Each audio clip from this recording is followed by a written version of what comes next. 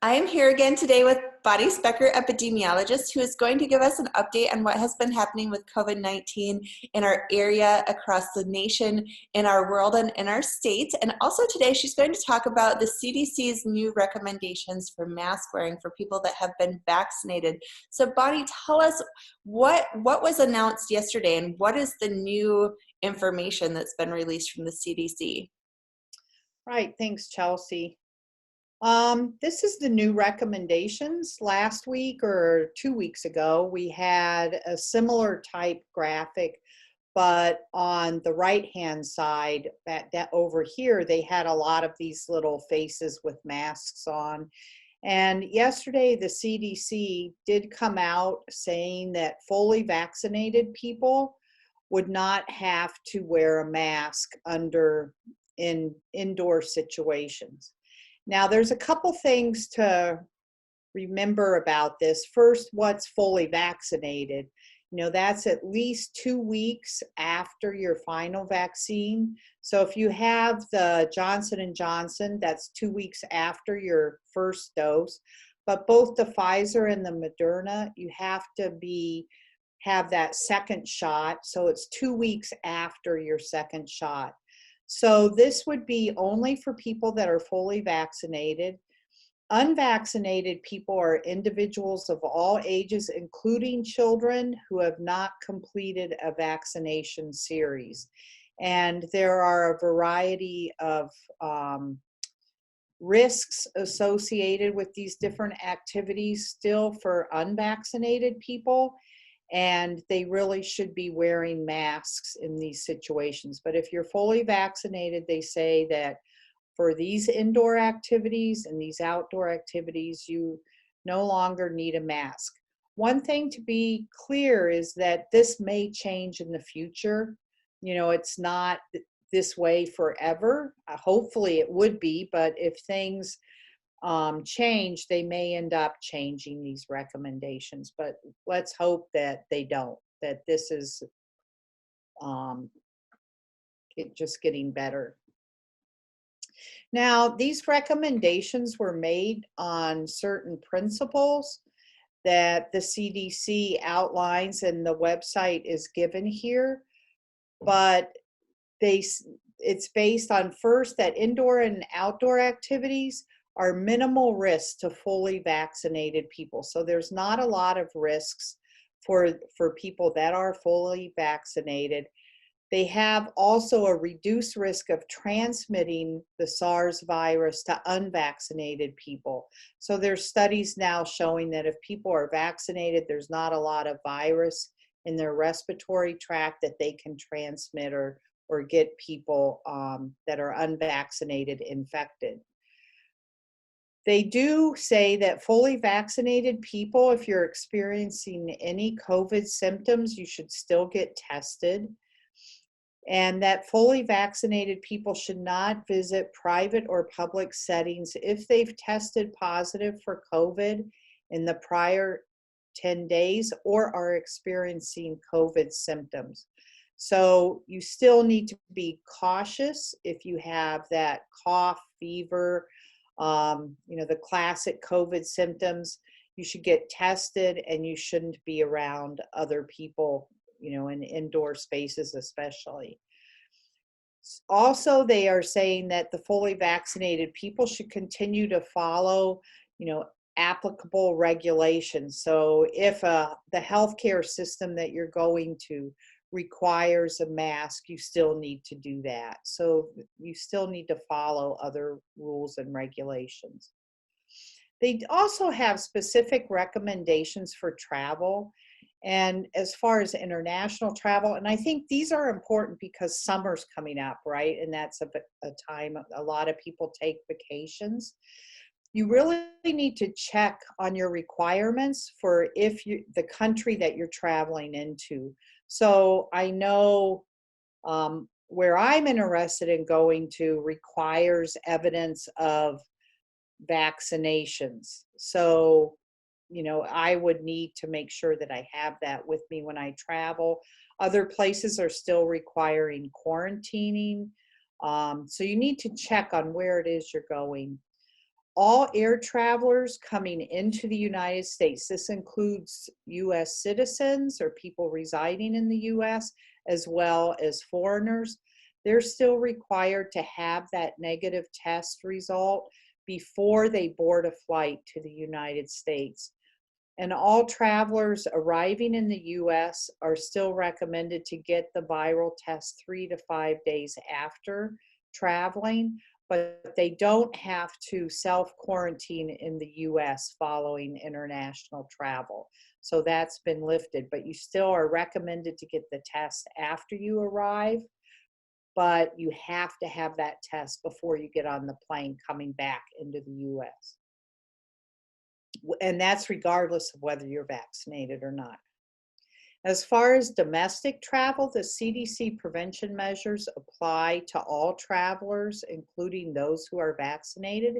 So you're required to wear a mask on all planes, buses, trains, and other forms of public transportation within the US or into the US or out of the US. And so airports are still requiring masks. And as I mentioned earlier, these recommendations can be revised if the situation changes, so not wearing a mask. Now, I also want to talk about vaccine breakthrough and what that means and what they're finding about this. Vaccine breakthrough is when someone has been fully vaccinated and they end up coming down with COVID. Now, these are expected because no vaccine is 100% effective. And there's more than 95 million people in the US that have been vaccinated. And there is some evidence that vaccination may make the illness less severe. Now, there's data that indicates that the available vaccines do protect against some of these variants of concern that are currently circulating in the US. And I listened to the Department of Health news or press conference earlier this week, and Josh Clayton, the state epidemiologist, was saying that they think that there's pretty good evidence right now that about 60% of the cases in the US, including South Dakota, are the UK variant. So they are more transmissible. We've had, I think, 11 or 12 cases of these variants detected in South Dakota. Again, that's hard to know what that means because we don't know how many samples have actually been tested. That information hasn't been released. But the CDC is monitoring these breakthrough infections, and it's coming out later today, the new website on the CDC. They've been updating these breakthrough data tables weekly, but they didn't do it last week because they've been working on this new release. So I'm kind of curious what that new release is going to look like that comes out later, but I do have information on what they have as of the end of April. Sorry, I don't have the date on this. But the total number, so we've got 95 million people in the United States that have been vaccinated. About 9,000 cases of infection have been reported among people that are fully vaccinated. And then if you look at who these breakthrough cases are, like who's at risk of getting COVID even though they've been fully vaccinated, about 63% of the cases are among females. Close to half of them are in people older than the age of 60. 27% of them are asymptomatic infections, so the person has no symptoms. As far as hospitalizations, about 9% of them were hospitalized of these breakthrough cases. And it's important to note that footnote that 29% of those cases that were hospitalized were asymptomatics, or so they're being hospitalized for something other than COVID. As far as deaths, 1% of those 9,000 have died, 132 people. And of those, 20 of them were asymptomatic. So they only found out that they had COVID at the time of death. So very, very small percent of the people who have been fully vaccinated have ended up developing COVID, which is part of the reason why the CDC feels fairly confident about not recommending masks, because if people do have one of these breakthrough infections, they tend to be less severe. And this sort of brings up the new pod that's going to be next week out at Swiftel on May 20th, Thursday. That pod was originally scheduled for people who were getting their second dose of the Moderna vaccine, the people that originally got it on April 22nd. So those people are already scheduled. They'll be coming in between 8 and 4. But now they're doing the walk-in Johnson & Johnson. It's the 1-dose vaccine. They'll be doing that from 8 in the morning till 8 p.m. at night. And then they'll also be giving the Pfizer vaccine to any children age 12 and older, and they'll be doing that from 4 p.m. to 8 p.m. So that did just get approved, the Pfizer vaccine for children down to age 12. And so the pod, will be available. People can go out there. Pod again means point of distribution. So it's set up, it runs really smooth. You've been out there, Chelsea, I've seen, and it's really a nice way of getting vaccinated, if there can be such a thing, but it's quick and it's very well organized. So that will be open next week till 8 o'clock. So if anyone hasn't gotten vaccinated, they can go in then. So as far as the weekly summary, it's been looking really good. This is as of Wednesday's data. And we have here, Brookings County is currently in moderate spread. And this is based on the Department of Health definition, which is done based on the previous 2 weeks of data. So 2 weeks of data, and we are at moderate. This last week, we're actually at minimal spread, but they won't change that until we've been at minimal spread for 2 weeks. So we had 9 cases last week compared to 27 the week before. So you can see we've dropped quite significantly over the last month. As far as hospitalizations, we still have a fair amount of hospitalizations.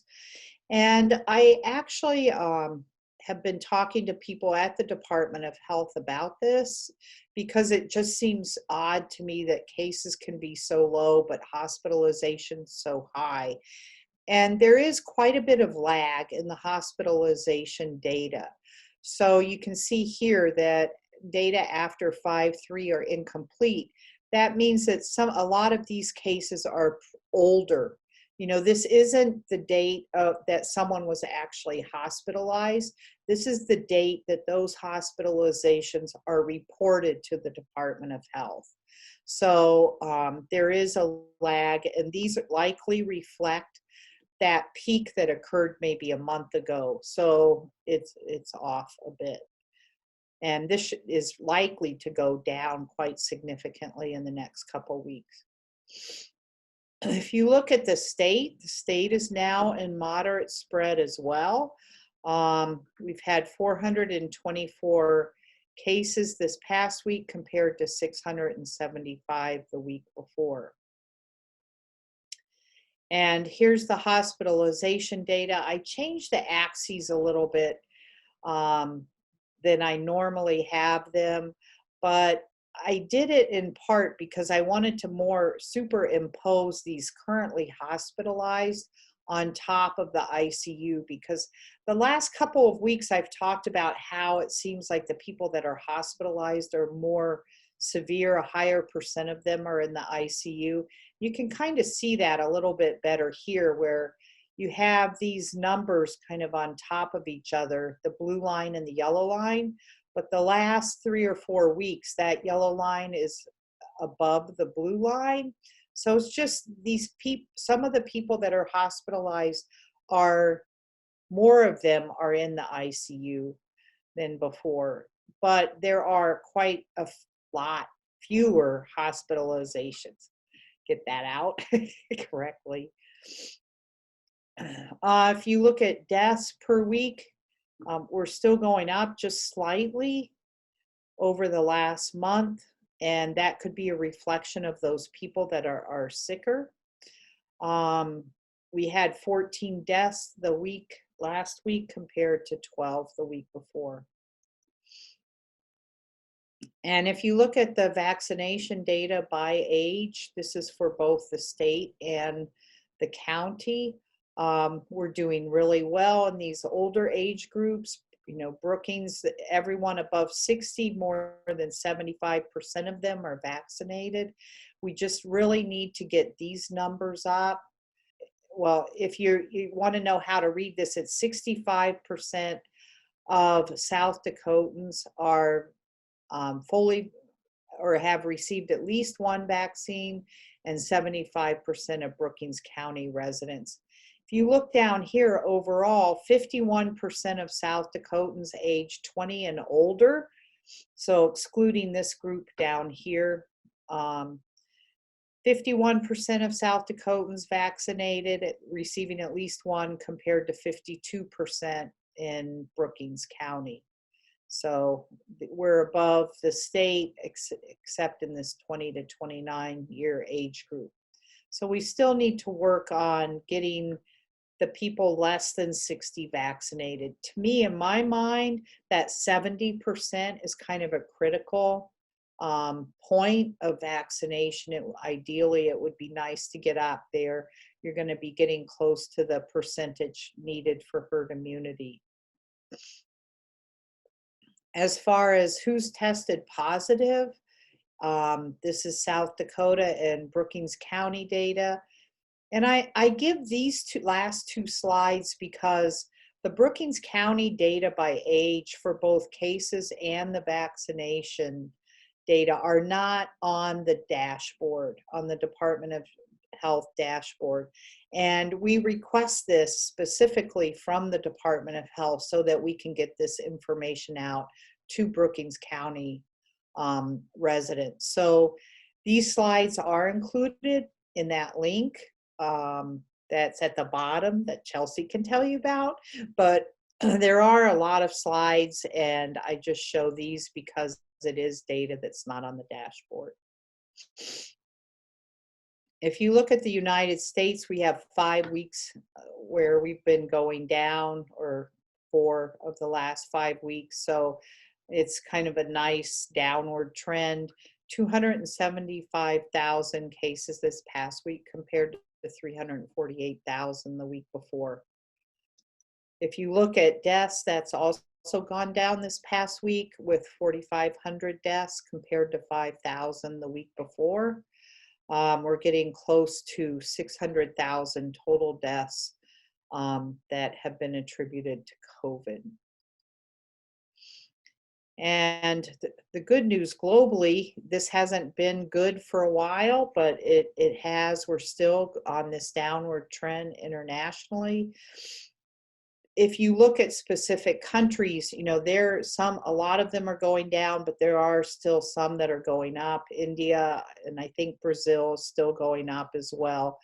But India, Nepal, those 2 countries are still being hit quite hard. But there have been about 5.3 million cases this past week compared to 5.6 the week before. Deaths globally, actually, this was the first time it's decreased in a while, but it's still hovering around that 90,000 deaths per week this week, past week, and the week before. So I still think it's important to be socially responsible and to protect your neighbors. Um, get vaccinated and encourage your family and friends to get vaccinated, and still be cautious. I mean, there's no practicing good public health measures during this pandemic is good. It's not over yet, despite what a lot of people want and some people may believe it. There's still a lot of susceptible people out there. So we need to get them vaccinated. And until we have a high vaccination rate, we still need to be a little cautious. Well, thank you, Bonnie. For those of you that are watching, as Bonnie mentioned, there is a link in the description of this video that will take you to an area on the City of Brookings website that has many more slides with information that you can review that is updated weekly. And also, if you have a question about epidemiology for Bonnie, please send us those questions to the email address that's listed in that description as well, and we can answer those questions for you. So thank you so much, Bonnie. Thank you, Chelsea.